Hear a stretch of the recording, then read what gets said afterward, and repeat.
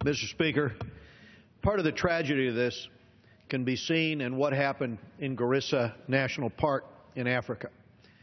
The jihadists that hit that park in order to take those tusks, in order to get that hard currency and trade those tusks for weapons and for bullets, then used that weaponry to turn on Garissa University.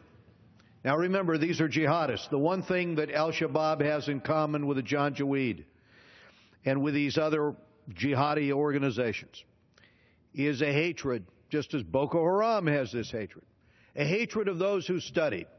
So what did they do? What did they do when they had their hands on those weapons? They then went to Garissa University, and they slaughtered 145 students after slaughtering the elephants in the parks.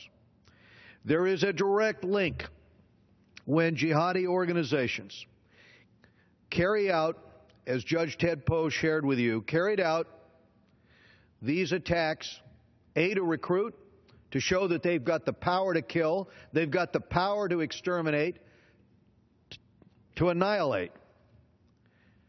And not just these animal species, but human beings as well. Mr. Speaker, time is not on our side.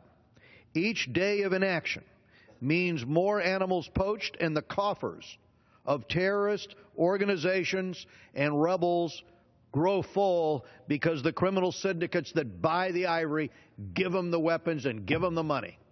And that has to come to an end.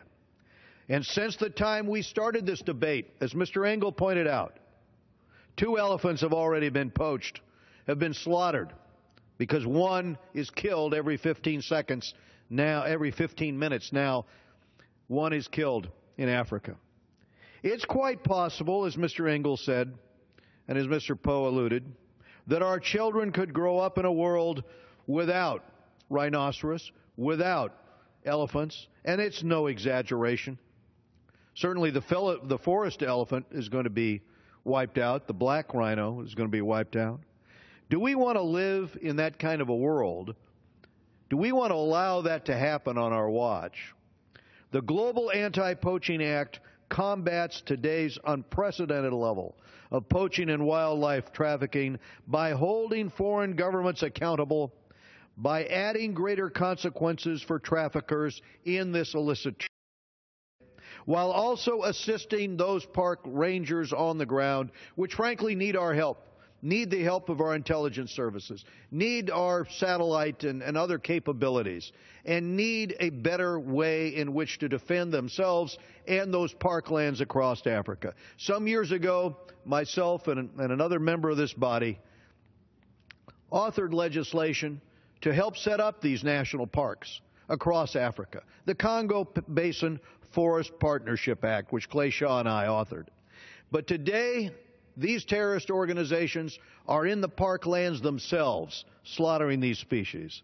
So I would like to thank the members that have been involved in putting this together, and also some from the other committees also that assisted us, like Chairman Gutlatt of Judiciary and Chairman Bishop of Natural Resources, from their constructive input and assistance in getting this legislation to the floor. And of course, I would like, in closing, to recognize again Ranking Member Engel and Representatives Poe and Smith and Bass for their valuable contributions.